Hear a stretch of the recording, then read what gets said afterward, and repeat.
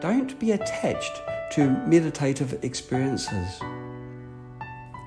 The real glory of meditation lies not in any method, but in its continual living experience of presence, in its bliss, clarity, peace. During meditation, we experience clarity, peace, and joy instead of drowsiness and distraction. And, most important of all, complete absence of grasping.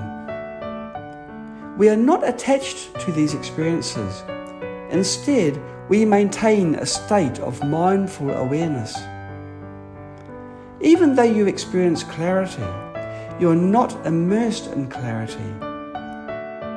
Even though you experience peace, you are not immersed in peace either.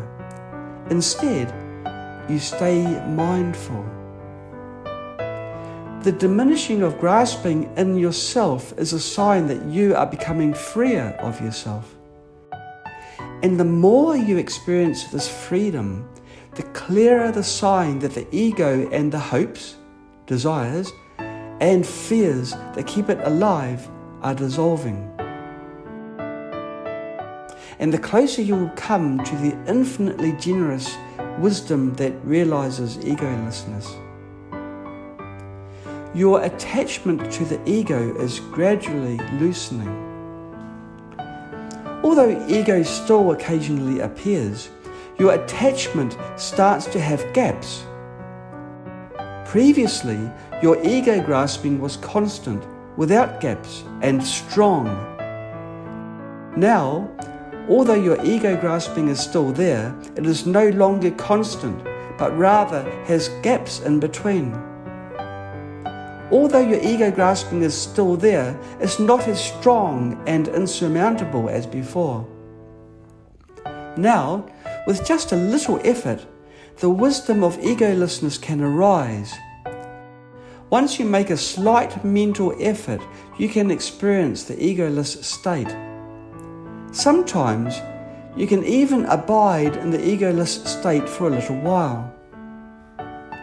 However, the ego grasping will re-emerge, and then you can meditate again. Gradually, you will come to the infinitely generous wisdom that realizes egolessness. When you live in that wisdom home, you will no longer find a barrier between I and you, this and that, inside and outside. You will have come finally to your true home, the state of non-duality. When you are in an egoless state, your mind has no sense of opposition toward all external phenomena and the five aggregates, including the five aggregates of other sentient beings.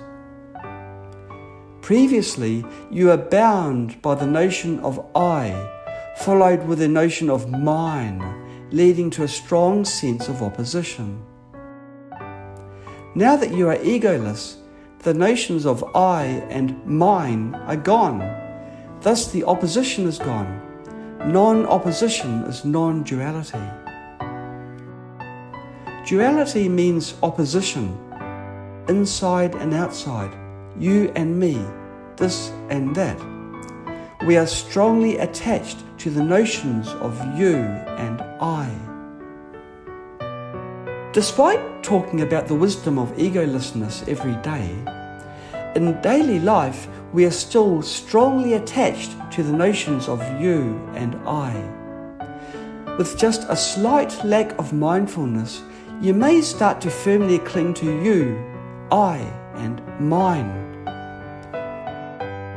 Therefore, it's very difficult to transcend from one who practices virtue to one who pursues liberation. This process is really hard,